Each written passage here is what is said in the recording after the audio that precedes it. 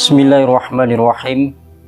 Alhamdulillahi rabbil alamin. Wassalatu wassalamu ala rasulihil karim, amma ba'd.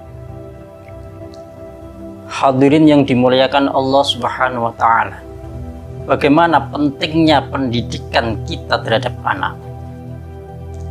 Mau kita kemanakan arah pemikiran anak, ini tergantung daripada asuhan orang tua masing-masing. Di dalam satu hadis, an Abi Hurairah radhiyallahu an, qala Rasulullah sallallahu alaihi wasallam, ma min mauludin illa yuladu alal fitrah. Bayi yang dilahirkan oleh setiap ibu terlahir secara fitrah, artinya masih murni sebagaimana kertas putih. Fa abawahu yuhawwidanihi wa yunassiranihi aw yumajjisanihi, maka tergantung arahan kedua orang tuanya yang mengasuh. Bayi ini jadikan Yahudi, Nasrani, atau Majusi.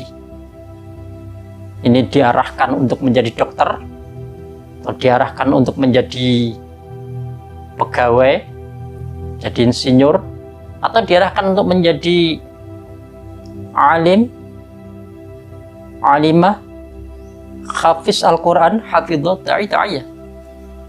Kita tidak boleh mengikuti kemauan anak, tidak boleh. Terkadang kita membutuhkan tekanan-tekanan, paksaan-paksaan kecil. Bagaimana kebijaksanaan kita mengarahkan dia pada jalan yang lurus. Lalu bagaimana kita menilai bahwa pendidikan anak kita telah berhasil? Dari mana sudut pandang keberhasilan anak? Apakah dari penguasaan ilmu kepandaiannya, atau dari pandainya dia bicara, atau dari mana? Maka dalam satu kisah yang dinukil oleh Imam Ad-Darimi dalam kitab sunannya, Abdurrahman bin Syurah mendengar cerita daripada Amir. Suatu ketika ada seorang ayah memanggil anaknya, wahai anakku, sini. Sekarang kamu berangkatlah mencari ilmu. Maka anak daripada orang tua ini menuruti, dia keluar, berangkat mencari ilmu. Setelah mendapatkan beberapa tahun dia mencari ilmu, kemudian merasa berhasil, dia pulang ke rumah. Menghadapi bapaknya, dia mengeluarkan daripada hadis-hadis yang dia hafal secara fasih, benar, kemudian mengartikan, mentafsirkan hadis-hadis tersebut. Maka ketika bapaknya melihat perkembangan anak, berpikir jana, dan dia berkata, wahai anakku, kamu belum berhasil, mondok lagi, mencari ilmu lagi kamu, sudah. Maka diperintah bapaknya, dia pergi lagi untuk mencari ilmu. Ketika pulang, anak ini memperlihatkan kepada bapaknya, dia hadirkan kitab yang tidak ada harokatnya, dia baca dengan lancar, kemudian dia artikan dan dia tafsirkan bacaan kitab tersebut. Maka ketika bapaknya melihat perkembangan anak, dia pun berpikir, geleng-geleng, belum. Perintahkan lagi, wahai anakku, belum. Sekarang kamu mondok lagi, belajar lagi, mencari ilmu. Maka anak ini pun karena diperintah oleh bapaknya mencari ilmu lagi. Maka ketika beberapa tahun setelah mencari ilmu kemudian pulang, dia bertanya pada bapaknya, wahai bapak, sekarang bagaimana engkau menilai keberhasilan saya? Sekarang tanyalah apa yang Bapak inginkan supaya saya menjawab, kemudian nilai dari jawaban saya. Maka bapaknya pun bertanya kepada anak itu, wahai anakku, bagaimana sikap kamu jikalau kamu menjumpai orang yang mengkritik habis-habisan, menjelek-jelekan kamu? Dan bagaimana sikap kamu jikalau kamu menjumpai orang yang menyanjung habis-habisan terhadap kamu, menilai bagus, kamu terus benar, bagaimana?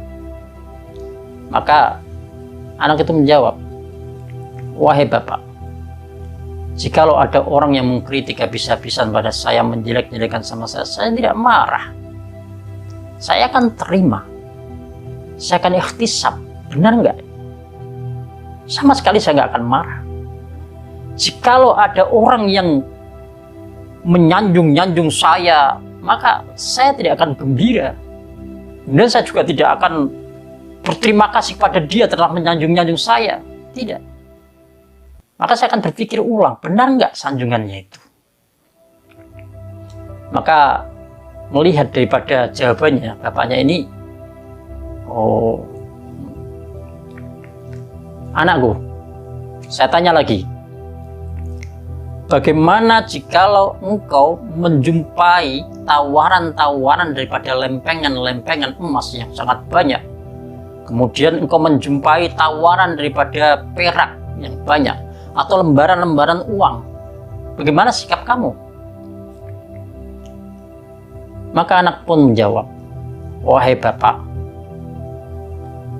kalaupun saya diiming-imingi dengan emas, perak, uang, saya nggak akan tergerak kemudian terkesan. Tidak. Saya akan beramal sesuai dengan kebenaran. Saya tidak akan terpengaruh dengan apa itu emas, perak. Dan